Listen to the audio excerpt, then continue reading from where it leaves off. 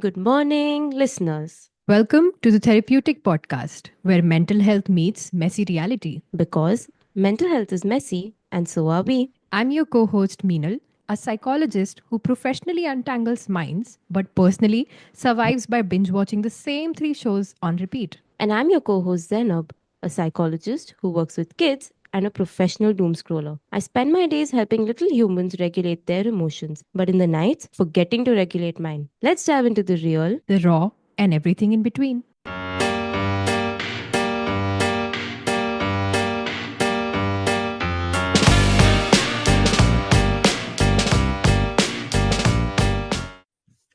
Hello, everybody. Welcome back to another episode. In today's episode, we're going to be discussing the Netflix series Adolescence. And if you'll have watched the series, you would know that we are going to be discussing it from the perspective of three therapists, two from India and one working in the US right now.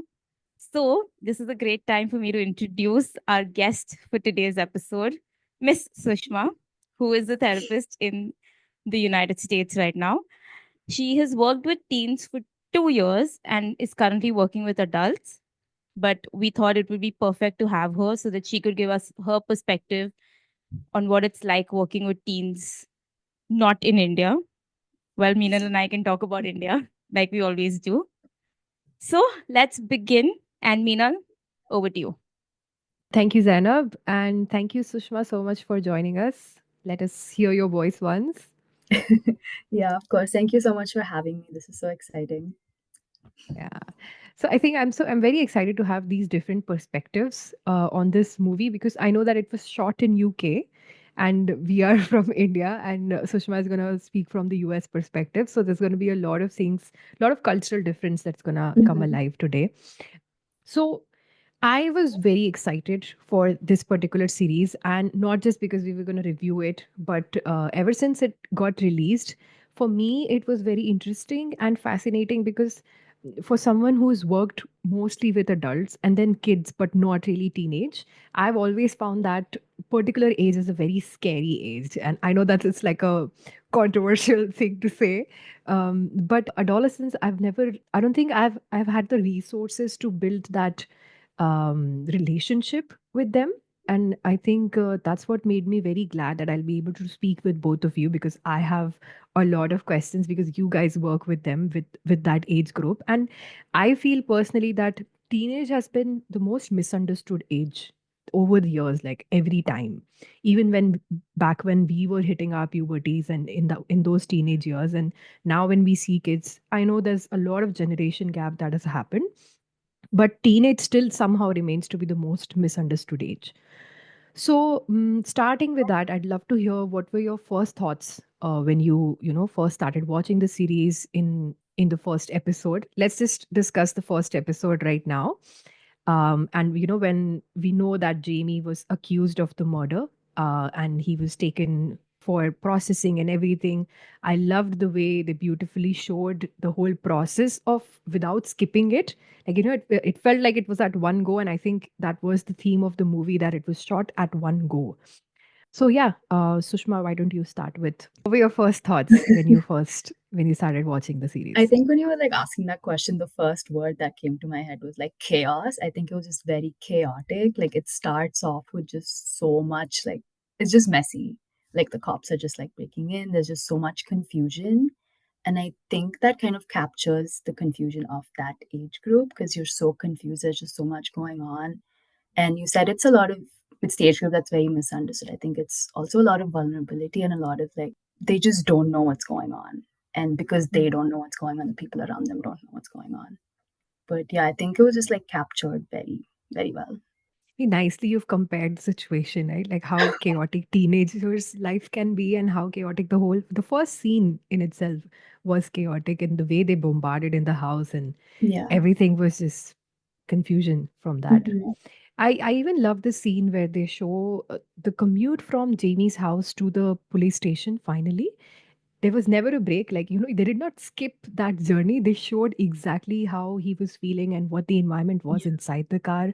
Even when the main detective who was in charge of him, how they were also trying to soothe him, and they were also still coming around the fact that, oh, we have arrested a 13-year-old boy for a murder, which Mm. is not an usual thing.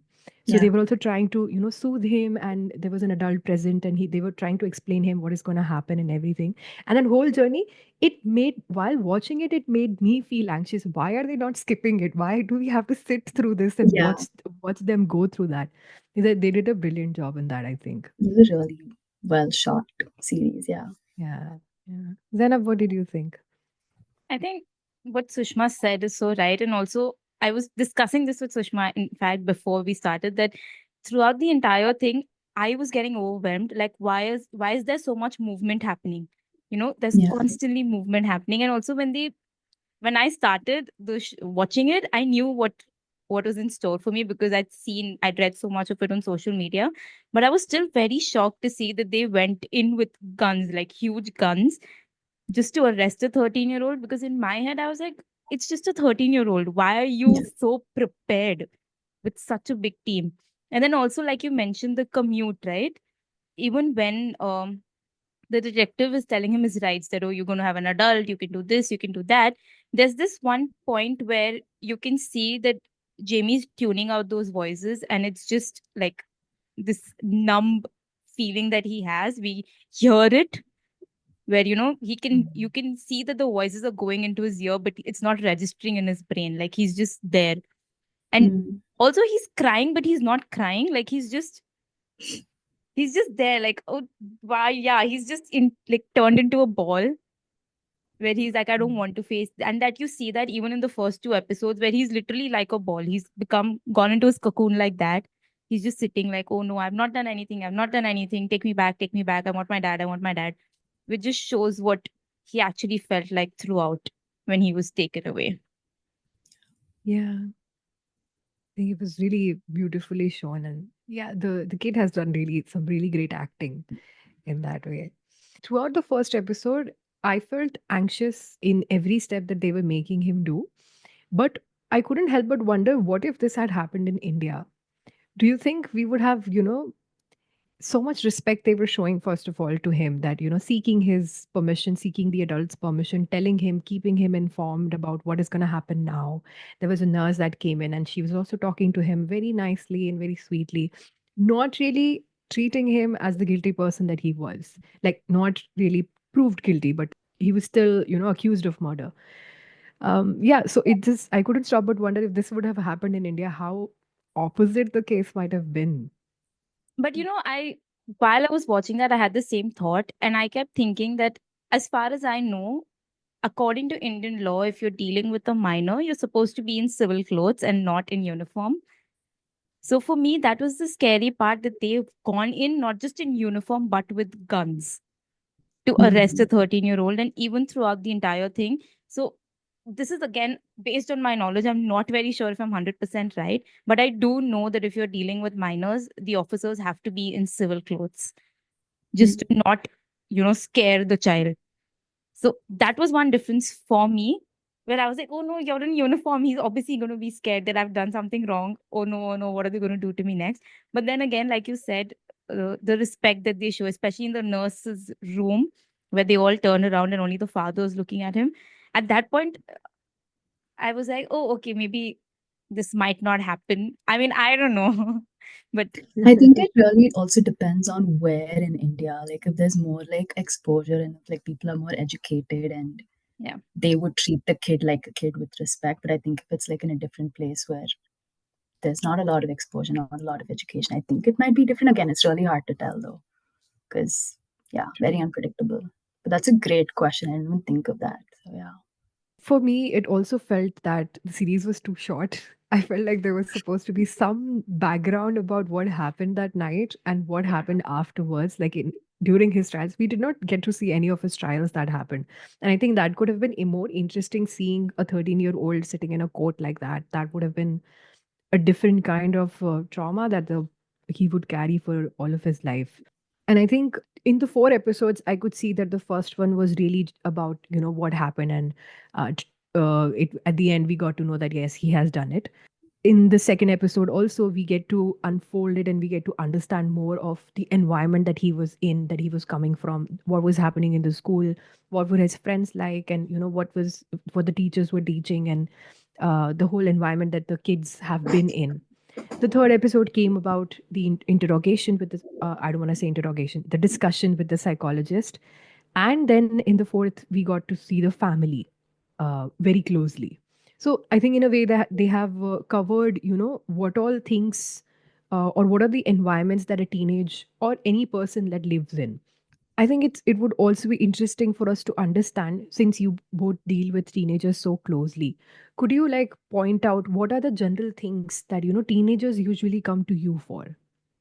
For me, usually in the Indian setup, I have, teenagers coming to me mostly talking about pressure, school pressure, how they're expected to do well. And in India, there's a culture of, IIT and engineering and all of that. So a lot of the students are forced into doing science, which they sometimes really don't want to do. And also going into, medicine or whatever. And right now, we do know that it's difficult with the amount of competition, but then they are forced into it. Also about, friendship issues where they don't understand. Like, I always tell them this. I say, I give them, I think I've given this example before, that they're all on the same boat. So they end up relying on their friends, and their friends also really don't know what they're doing. And that leads to issues in the friendship.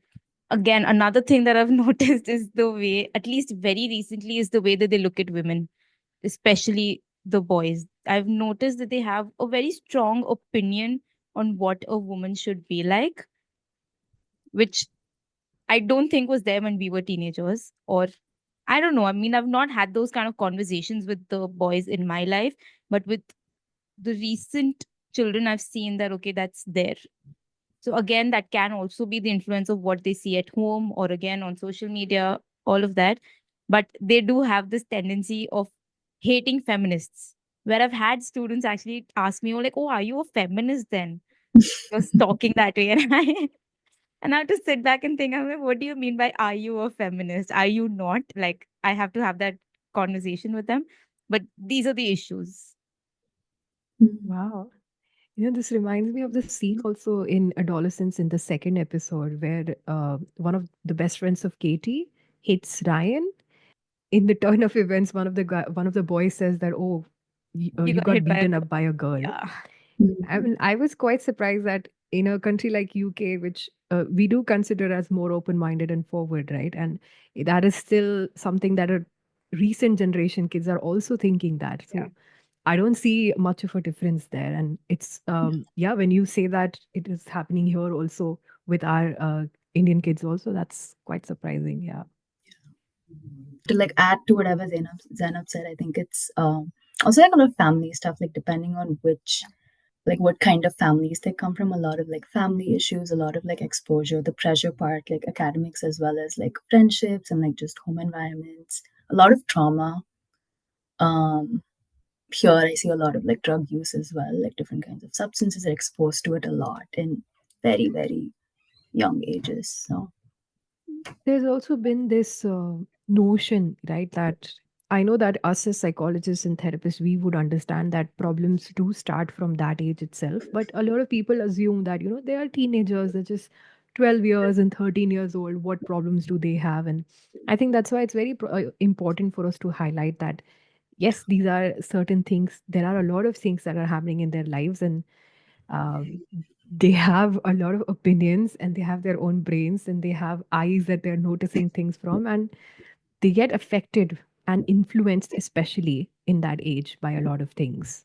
But then, also, I think the problem starts because they are treated like adults, but at the same time, not allowed to make adult decisions. Like, even in the true. series, when I kept watching it, they were treating Jamie like he was an adult, but then they also wanted him to have an adult with him. They were explaining things to him, like they expected him to understand everything that they were saying. You're going to have an adult, you're going to have a solicitor, you're going to do this, you're going to do that. And they wanted him to be okay with it. But then at the same time, they wanted an adult supervising all of it. So for me, also, it was confusing. Like, you either treat him like a child because he's only 13, like, he's just entered his teens. if you look at it that way. He's not 15 or 16 or 17. He's just Yeah. 13. So that way also, I think that is a major issue everywhere. Right? Even in school, we end up telling kids, no, it's a, you're a teenager now. You're the senior most kids in school, behave that way. But then sometimes when they take decisions, we tell them, oh, how dare you take these decisions? Why didn't you Yeah. run it through an adult first in school? Which they don't like, no? We're adding on to the confusion because we ourselves don't know how to deal with them. It's a lot of that identity crisis. It's like they don't feel like parents understand them. They don't feel like teachers understand them. They don't feel like they're able to be themselves completely with friends. So they're like, who are they? Like they're literally figuring out who they are. So it's very confusing time. Mm. Yeah, I think because that age itself is a very transitional age. They are themselves trying to figure a lot Yeah. of things, and how much of agency or how much of authority can they have for themselves, and how much even parents can allow it for them. And I'm very concerned about the word I'm using, allowed, but yes, I guess in their case that's true. Yeah, but I also remember feeling that similar way that, at one point you do call me an adult and you ask me to take decisions or responsibility for myself. But at the same time, when I do it, it has repercussions, which no one told me for, right? Mhm. So it's definitely a very confusing age. Mm. As we come into the discussion with the second episode now, I think the main thing that we got to know or understand about what was happening around Jamie's life was bullying Mhm. and the influence of social media and, of course, the peer pressure that we have. But bullying has been something that has been very commonly just established that it happens in every school, which is very disturbing for me to even know or understand. What is your take on this? Like, what do you see in the teenagers that you guys see? I think it's very common. It happens in like different contexts. I think social media is just more prevalent now, but I think it happens in very different contexts across like different age groups. I think bullying also, it can be something as simple as somebody not being that good in academics, Mm. being pushed to a side by their friends. It doesn't have to do with the way they look or anything. It's just, oh, he never answers in class. He's always sleeping. The teachers are always, pointing him out and telling him, Acha, you're doing this, you're doing that. And then the students start adapting to the same thing. So I also know that because in our school, we are clearly told you have to be very careful of how you speak to the students because the other kids are listening. And that happened with me once where I said something and it wasn't a bad word or anything. It was just a very normal word. But the students, took that word and they kept repeating it. It was taken out of context. And that's when I realized, oh, this is why they say this. Because you can mean it in a different way. But when they see an adult using it, they think, oh, okay, it's normal for us also to, say these things. What do you think the authorities need to do when something like this happens?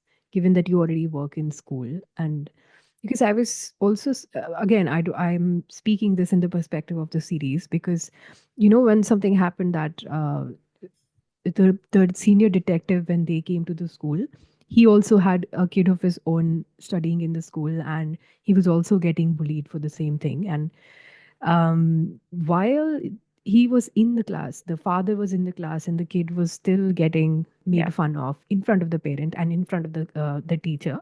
Yet these were something that was, not really called out or not really given a lot of attention, which I don't know, maybe is the reason why, these behaviors are still not really encouraged but also not discouraged. So Mm. I'm not sure, like, how are we supposed to react, or are we supposed to react, or how are these situations need to be handled? I think the second episode like captures that beautifully. They kind of take a video all across the school and they show different classrooms and they show the teachers reacting to every student when they come up with something. And most of the time the teachers like they're like aggressive or like screaming at the teacher. It's not handled in a professional or like I would say like humane way. And that age kids are learning from your adults. They're learning from the people around you and they're gonna pick up saying, oh, like shouting is okay, being aggressive is okay. That's how you deal with a negative behavior, right? And that kind of like translates into their life. And I think it starts with not starts with, but a step would be authority figures, or like teachers and like people in school, just handling stress, handling a situation like that in a very different way that teaches the kid to learn from that. So imitation then. Yeah, imitation, exactly. But then, also in a group setting, when you're the adult, it becomes very difficult to pick one from where that behavior started. I mean, if you're in a class and Yeah. you see when they go to Jamie's class, there's this one boy who's constantly passing comments, who's sitting on the first Mhm. bench, and everybody else is laughing.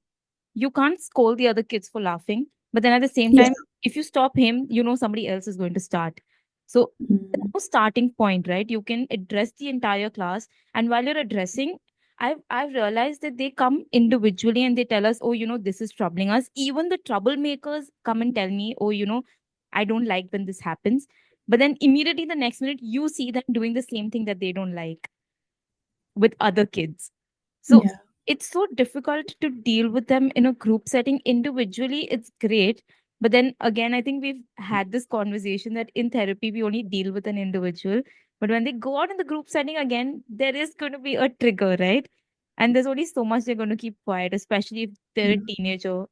They will give it back. So, I mean, I am still confused as to how to deal with it in a group setting.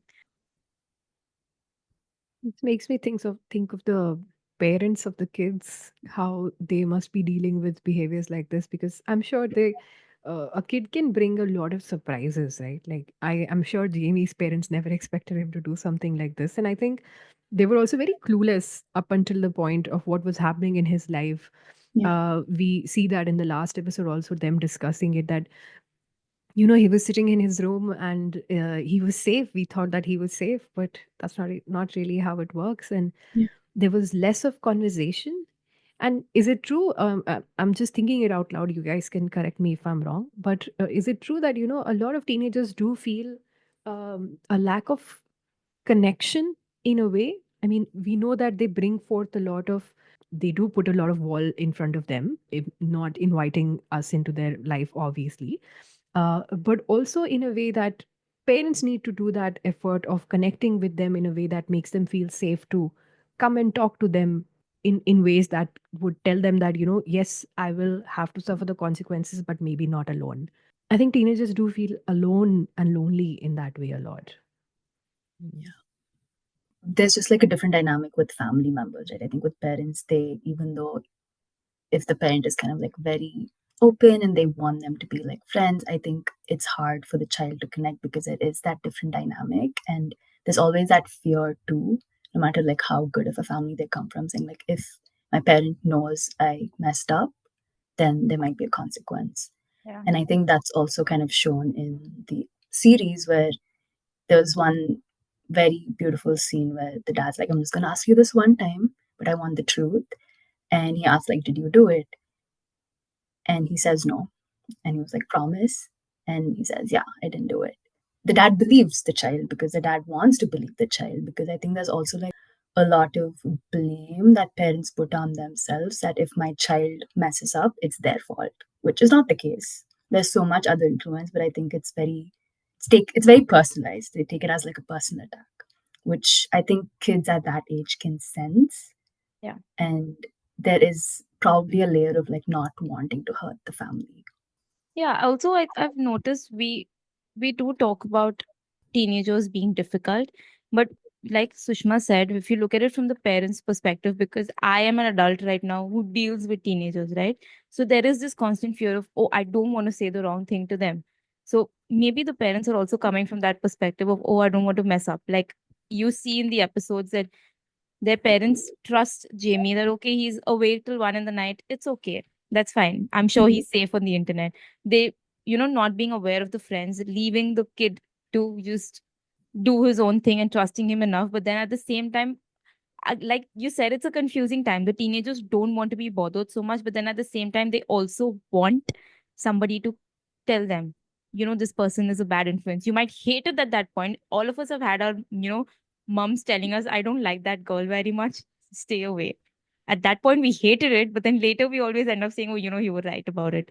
So that way, that influence of, the mother or the father being there and telling you that, okay, do this, but then also know that if you do this, that is going to happen, or if you cross this line, that is going to happen, which doesn't happen. They don't know the consequences. Yeah. They need somebody to draw boundaries for them, but then also not feel like they are constantly trapped in that boundary. It's Yeah. confusing. It's just too much of do's and don'ts, where I think the family also gets trapped. No, like it's sad. Yeah. I feel like parenthood itself is like a big thing to navigate. It's not something that nobody's taught. And I feel like a lot of parents are either like very strict or overprotective, which can go a whole different way, Yes. or like very loose boundaries. And then that also ends up being very harmful. So, like, there's like a very thin balance, which is hard to get depending on each family and each child. But there has to be some kind of structure, but also the freedom to like explore and make mistakes and know what consequences can be there. Yeah. That's a difficult line to walk upon, for sure. Sure, yeah. Mm. Even like talking about it now, I'm like, I think I gave my parents such a hard time. Because like now you're like, oh yeah, like that was such a hard age to deal with. Since we're talking about imitation and the role that parents play in the teenager's life, it makes me think of the relationship Jamie held with his father, and how throughout the journey, I think the mother's role was very less, in a way, that the connection that they showed, at least, and father was the one who was playing a role. And I think they showed a bit of connection between Jamie's aggression, Jamie's temper, and what he told us about his father, and then what we saw in the last episode also. Again, that is, I think it's very unfair for us to put that just one scene of his father being aggressive towards those kids who vandalized the car, and say that he's an aggressive person, because it was a very trying time and for the whole family. But in the third episode, when Jamie did say that he's not a he's also trying to protect his father at the same time, saying that he's not an aggressive person, but yeah, this one thing did happen. But also, like, it was not a big deal. Like, I Yeah. laughed Yeah. about it later. I'm just wondering, what do these small incident, I'm not going to say it's small, but like these kind of incidents, what kind of impact do you think these have on those kids? I think it definitely does have an impact because again, like kids right from like a really young age, like 2, 3 years old, pick up on cues in their environment. So like they sense how a parent is reacting towards the other parent or towards the siblings or towards everyone around them. And that's how they learn behaviors. Right? I think it goes back to imitation a little bit, but Jamie probably would have like picked. I'm not saying the dad is bad or like didn't do a good job, but like maybe he would have picked on the subtle ways that his dad has shown anger towards his mom or towards the family, either like outwardly or by not even talking about it, which again is two extremes, right? And for that kid, it's confusing. Like, how does that kid know how to process that emotion or show it? Yeah. So I think it's a lot of they don't know what to do because they get confused or mixed signals from a parent. Again, parents are not perfect. There's going to be times, but kids pick on these. Are very vulnerable. I think it was also intentional, in a way, that they showed that Jamie had a sibling, Lisa, Mhm.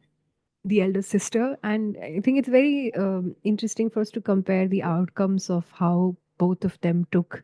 I know that, no two kids, even in the same house, receive the same parenting. But it's interesting how both of them turned out, because in the end, also in the last episode, we see how Lisa is a different person than Jamie. She's not a short-tempered person. She's not aggressive.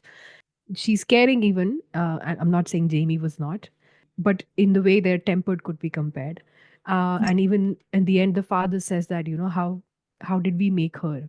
Because we also made Jamie, and I know that at that time they were feeling very guilty about having Jamie in that situation. They Yeah, were blaming themselves a lot, and parents have to deal with this fear of not messing up their kids in ways that they would not even think of. No matter how much we want to pinpoint of, you did this mistake, or you did that, and you did this because of that, I am like this, or I am like that. And I think parents do try their best. for um, sure. Yeah. most of the parents do try their best, and we really can't pinpoint on what went wrong and what went right. Yeah. So I think I'm also just really confused on. I wrote this question down, that what do parents need to do more? I'm clueless on how the answer is going to be, if you guys have anything. I was watching this interview of this one lady, and she was talking about how parents deal with conflict between themselves, and children observe that, right? Be it the boy child or the girl child, they see that, okay, the parents are resolving their conflict this way. It can either be through yelling or silent treatment or throwing of things around. So I think before becoming a parent or just deciding to be a parent, we need to learn how to resolve conflicts first, because that's what majorly creates issues. At least in the Indian setup, we all have seen our parents have the ugliest fights ever, but we've never seen them make up. But we're so used to the arguments and the anger and, the saying of things and the blaming that happens. So I think parents can do that first, that learn how to resolve their issues, because that's what children see. You can teach your kid, or in schools we can teach them how much ever you want about conflict resolution and all of that, but it begins at home. They see how parents react when they've had a bad day at work, what happens when they come back home. They've seen how they react when they're on call with somebody, and how they're reacting to that as well. They might not they might be doing their work, but they're listening, which is the worst thing ever. Yeah. You're always listening, even if you feel like you're doing your homework or you're playing or something, you are listening. You are curious. Something is happening outside. So you want to know how they're going to deal with it. And that you end up taking upon yourself. So maybe that parents can do. And anyway, I think it's not even about because you're having children, you need to learn this. It's for your It's own just well-being as basic. well, Yeah. right? Because you're with somebody for the rest of your life. You need to know how to resolve something without taking it to the extremes. Yeah. Just to add to that, I think it's also a lot of breaking patterns. Like everyone's trying to break Yeah. generational trauma in their own way. And also letting kids know like it's okay to mess up by showing them that if they Yeah. did mess up, like going and talking to them and like apologizing or like trying to resolve that in a way instead of like I think a lot of not just India, like in a lot of contexts, like do have this sense of authority sometimes, not always, but sometimes, and they think like if it's done, it's done, it's okay, like it's not a big deal. But kids pick up on those, and even just like a simple 2 minute conversation of just sitting down with the kid and being like, hey, I know you overheard this conversation. I'm very sorry this happened. And that will teach the kid that, okay, like even if you do get a little heated, there's a way to resolve it without it getting too bad. So, I also wanted to focus upon the third episode. As therapist, we are sitting here. It's very important for us to discuss that. The assessment that the psychologist was doing with Jamie. I thought it was very interesting. First of all, the way we saw Jamie in third episode compared to what we saw him in the first episode, he was more relaxed. He was more used to the environment. We saw him smiling for the first time because, of course, he was arrested in the first episode.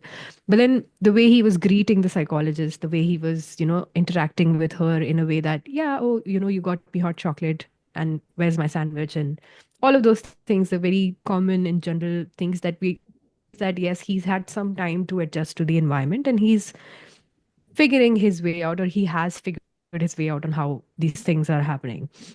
As the conversation flows ahead, we first of all, that was not a therapy session for Jamie. It was more of an assessment that was supposed to be presented to the court. So the whole setup of it, of the psychologist being the psychologist, was very different than what would happen in a therapy session. And we also see how Jamie, his intelligence is seen a lot in the way the psychologist spoke to him. He picked up on things like, oh, you're trying to trick me into talking more about my dad or his aggression or patriarchy. Or what do I think of this? Do you not know that I know what you're doing? I am on to you, like, like that. A lot of the dynamic that, or the relationship that the psychologist and the Jamie was had in that space, in that scenario, was very interesting to watch, because you could see that, he was not the kind of person who would just easily give it up.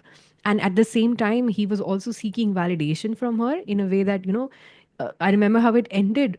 By the end, he kept asking her questions directly, that do you think I'm ugly, or do you think doing this was right or wrong, or do you think that I did it, and I like you, do you like me? these were the direct questions that he was asking at the same time. I think it was such an interesting episode in that way. It really shows how, again, I think the confusing stage that we were talking about as of teenagers, right? That Jamie, in a way, he wanted the psychologist to know that that he was in the power, he was in control, that he knew what she was doing, at the same time seeking validation for things that, of course, that he needs it. He needs people to tell him that he's not ugly for this, for the same reason that he was getting bullied from. What did you guys feel when you watched that episode? I loved that episode. I think it was like very intense. There was so many emotions in just like 50 minutes or an hour. Like there was so many changes. It was very unpredictable. And yeah, like you correctly point out, it was more like an assessment. So I think there was also that pressure to get as much out from a session because it was gonna like be sent to the court. I think the psychologist did a pretty good job. I think it was like a lot of times when I was watching that episode, I'm like, these people get like all of us get paid so less compared to like the kind of job we do. It's so intense. And especially knowing like this person, even though it's a 13-year-old kid sitting across from you, murdered, could have potentially murdered someone is not easy to just be in a room alone. But I think they showed it really well where so with kids, I think it's very indirect when you're doing therapy or like any assessments. If you directly ask, like, how's your relationship with your dad? They're probably going to be like, what do you mean? We get ice cream, we play basketball, like it's very, they won't catch on to it, but it's very indirect when you're like doing therapy sessions or asking them questions. And I think that's what she was trying to do. And she kept like pushing towards asking about the relationship with his dad and like what that would look like because I think they wanted to like highlight a lot of the culture and like the patriarchy and how like he could have picked up different things from the environment. But Yeah. also you see how during his interaction with the psychologist, he constantly mentions the previous psychologist who had come in, the man, where he Mm. talks about, oh, he was Oh. asking better questions. He was asking these kind of questions. Why are you talking about this? Aren't you supposed to be asking me this? Aren't you supposed to be doing that? So somewhere he was also trying to, like Sushma said, he was smiling and everything. Maybe he was comfortable that it was a woman, but at the same time, he felt like he was the man, so he could control like the interaction somewhere. Because again, in the end, like he asked her, no, oh, I like you. Do you like me? After the anger outburst, also he says, okay, you didn't get me my hot chocolate. Where's my hot chocolate? Get me a hot chocolate. Like for him, it was such a normal thing. I've had an angry outburst. And then also him mocking her that, okay, have I scared you now? Or, all of that.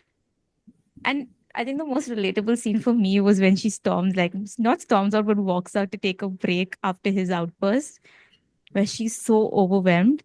That's when you Yeah. see that maybe that's when it hits her also that, oh, I am speaking to a 13-year-old who was accused of murder. Yeah, I think I related more with her.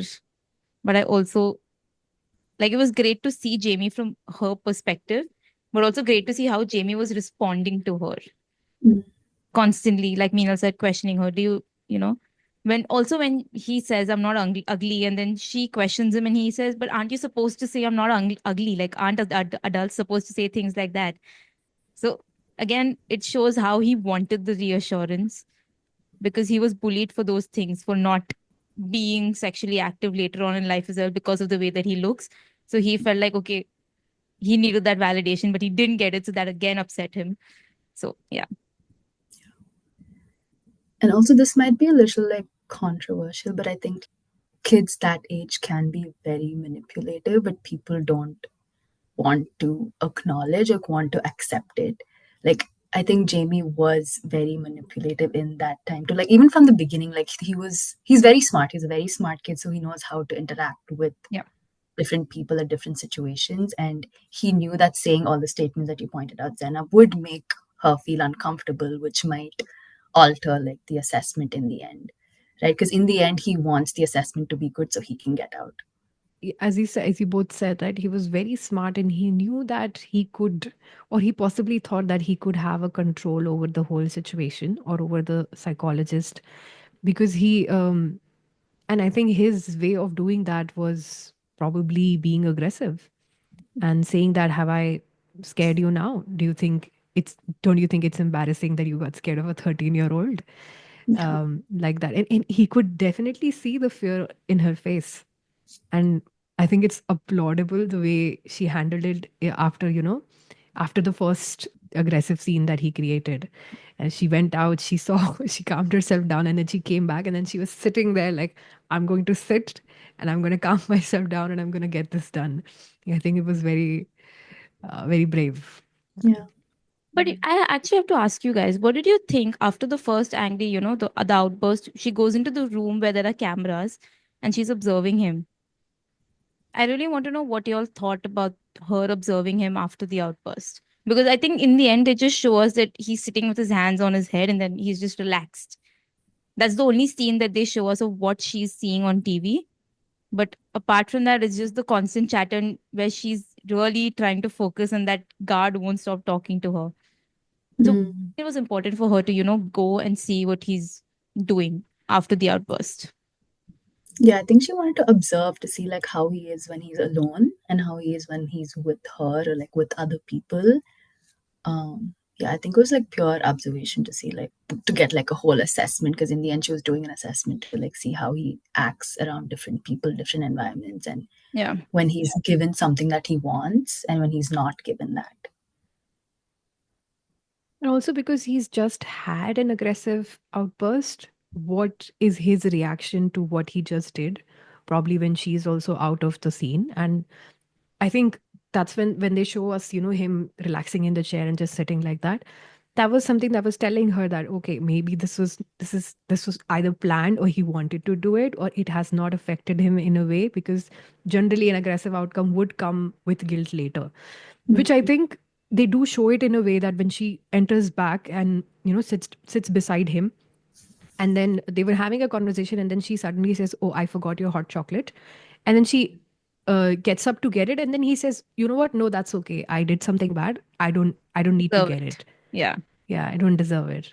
So then again, that was like a there has been, yeah, the whole contrast, the whole contradiction thing happening in the whole series is wonderful. I think they've Yeah. really nicely captured what happens inside the mind of a teenager. There's a lot of back and forth, right? The minute you feel like, okay, we've made progress, he steps back and then he questions her. And then she starts thinking, oh, but again, she has to start from the beginning. And I also think maybe the reason also she didn't address when he says, I don't deserve the hot chocolate because I did this, she doesn't address that. She doesn't question him as to why he thinks he doesn't deserve it. She immediately questions, okay, so we were talking about your dad, let's get to it. So if there was also an urgency, like we've created this space, let me just quickly, like, start talking about the dad and not again talk about his feelings right now. Yeah. I think there are so many micro decisions that, us as therapists, we also need to take in a session, Yeah. what to pick up on or what to talk about and what not to Yeah. talk about right now. And I think she had to keep this in mind that, okay, this is not a therapy session, or she's not here for him particularly, but for an assessment. So, what were the things that she could have avoided, or this was something that she could have addressed? Because I think there were a lot of times when Jamie was giving her an opening into, his world. I'm available, like come talk to me. I'm gonna tell this to you. I want to share this with you. I felt like there were a lot of openings that he was giving it to her, but obviously that was not something that she was there for. And I think it would have been wonderful to see like like an actual therapy session that would have happened with Jamie. As a part of their training, also, like he was in a training center, right? So how would that have gone? Because I think definitely he was in a place where he needed someone to validate, to reassure, and understand him deeply. I think I just want to like add like, and it's kind of connected to like the first couple of episodes, but when he's asked to choose a person as a solicitor, like along with the solicitor, he chooses his dad. Dad. And even the mom is confused as to like, why do you think he chose you? Yeah. And I think that also connects to the whole patriarchy and how like he may be feeling like his dad can understand him because his dad has probably been through similar emotions of anger, not the action, but the emotion, Yeah. right? Yeah. So maybe that's the reason he chose his dad, and he probably thought like he could manipulate. I know I don't like using the word as much, but like try to manipulate his dad in those kind of situations when he's like interrogated and stuff. Also, that scene where the mother questions it, why did he choose you? He's afraid of needles. Mm-hmm. Basically, like, but he doesn't like this, and I know that you don't know that, but yet he chooses you. And then Yeah. there's this scene where his blood is being taken, and at that moment, I expected the father to at least hold his hand, give him that kind of Yes. comfort, but the Yeah. father does nothing. He's just standing there telling him, you know what, it's going to get done very quickly. The Like, I was waiting for them to show a scene where the father's either holding him or comforting him in some way, letting him know that, you know what, it's okay. That does not happen, which again shows, talks about patriarchy and, fathers showing emotions or being. The gender roles, yeah. Yeah, if it was the mother for sure would have held his hand, told him, you know what, it's okay, we've got this. But that does not happen, which is very striking. I think the whole series has really tried to focus upon how Jamie has been looking up to his father. At the end, the parents also say that, like the mother says that he idolizes you, and in ways that obviously the father is also a person who takes care of his family. He's deeply, connected and very much committed into making the best out of the situation. He's handling a lot of things, and at the same time, they are scrutinized and looked upon weirdly by the neighbors and the whole society in general. But the father is trying to cope with it, and it was his decision of not moving out of it because it's going to get the same thing is going to repeat in a different neighborhood. But at the same time, he's also a person who can get aggressive sometimes, who can deal with conflicts, as we discussed, in a very different way. And Jamie probably picked up on very different things from his father. And I think, as Sushma pointed out, it was very easy for him to pick up his father in a way, saying that the fear that I am experiencing right now, my father would have probably faced the same thing. And just fear, I think, has been very common across the series, be it fear of parents, fear of Jamie, even that happens in the school with the kids after they heard about the incident, and fear of being in that environment in general, of being a teenager, being subjected to peer pressure or being subjected to bullying. Fear has been very constant throughout the Mm. series. I think they also try to make us feel that anxiety and fear throughout the show with that single shot. So, yeah. Yeah. I think it would have been nice if they showed us a little more about Katie. We know Hmm. that she was bullying him online. Somewhere it also felt like, oh, he did this because Katie was bullying him. I won't say that they were blaming Katie, but a fraction of the blame was put on the girl for bullying him online. So it would have been nice to see her. But then later we do come to know that they had seen a picture of Katie, like a topless picture of Katie, and he talks about it. So then if I try to connect the dots as an audience, I feel like, oh, maybe because, her picture was shared around and she realized that, oh, somebody like Jamie is also talking about it. So I'm going to, do this to Jamie. Just justification for every action that a person has, right? So because Yeah. you saw a topless picture of me and it was used in a very wrong way, so Yeah. I'm going to do this to you. Yeah. And for Jamie, it is like you bullied me, so I get to do this to you. Yeah. It's like a That way. cycle, it's a chain. So Yeah. where it started, we don't know. And even during that assessment session, he mentions how the reason he reached out to Katie after the picture was kind of circulated was because he was like, okay, maybe now she's like in a very vulnerable state. So maybe now I can like get a girlfriend or like break free from that incel term that's been Yeah. associated with him. So that was the intention behind it. And what kind of triggers it more was when she reacts by the cyberbullying or whatever you want to call it, Yeah. without, which is again against his, which is opposite to his expectation, which also fuels that anger. Yeah. So I think like yes, the anger is valid, but the actions are not. And kids don't know that a lot. And as a society or as parents, we're like, as the environment, we're supposed to like teach them that you can have an emotion, but you can't go around breaking a table. And I Yeah. think that's what the psychologist also tried to like get out of him for the assessment. Like, I'm going to intentionally try to make him angry. That's why she kept asking the same questions and touching on the topic of the dad, because she realized it was a sensitive topic, and which is fine, which is okay for him to get angry, but he reacted by making a mess out of that environment, which is not acceptable. Yeah. So I think that's what they wanted to highlight in that episode. But also, Mm. apart from the aggression, there's also a comment he makes where he says, oh, she's not that special. She's quite flat Mm, when he says that, which also shows that, okay, I got rejected. So I'm just saying you're not that great. It's okay. Like, I don't know what kind of attitude you have, but I mean, you're not that great. So, wow, who are you to go around rejecting me? yeah. So, eh, first, that is, I think, the dialogue that he has with himself, and he's probably discussed with his friends, or his friends have, you tell your friends, oh, that person's not even that great. And then that slowly escalates into action where, builds, and then you're like, okay, that's it. Now I'm going to show you. Yeah. The way he described it, right? That now probably she can, now she's vulnerable enough for me to ask her out. And then really just shows how teenagers in general feel about uh, what their body image is and feel about their own self esteem. It's very low at Yeah. that time for anyone, I think. And that just got reinforced for Jamie. Mm. Yeah. Now, saying he also lies to the therapist, no, about touching girls and the girls touching him. Mm. Yeah. A lot of shame around like not being sexually active earlier. A lot of comparison during that time, which makes it worse. This was also central in sex education. So, just final things what we can discuss about the fourth episode, where they show us closely how the family really is and the whole dynamic of their parents and their parents with Lisa, the elder sister. We see them, trying to make a day out of the father's birthday, and they are trying to really act normal, and even though their car was just vandalized in the morning, and they were trying to not think of it, not think of the whole 1 year that has brought upon them about Jamie.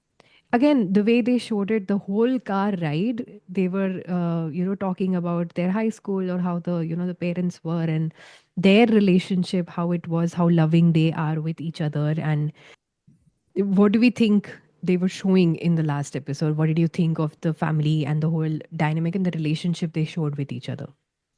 I think they really wanted to make the last episode just about the family's experience of this whole process and how it affects each and every individual in that family very separately. I think right from the start, I think there's so much empathy and compassion for that family at that point because they've been through so much.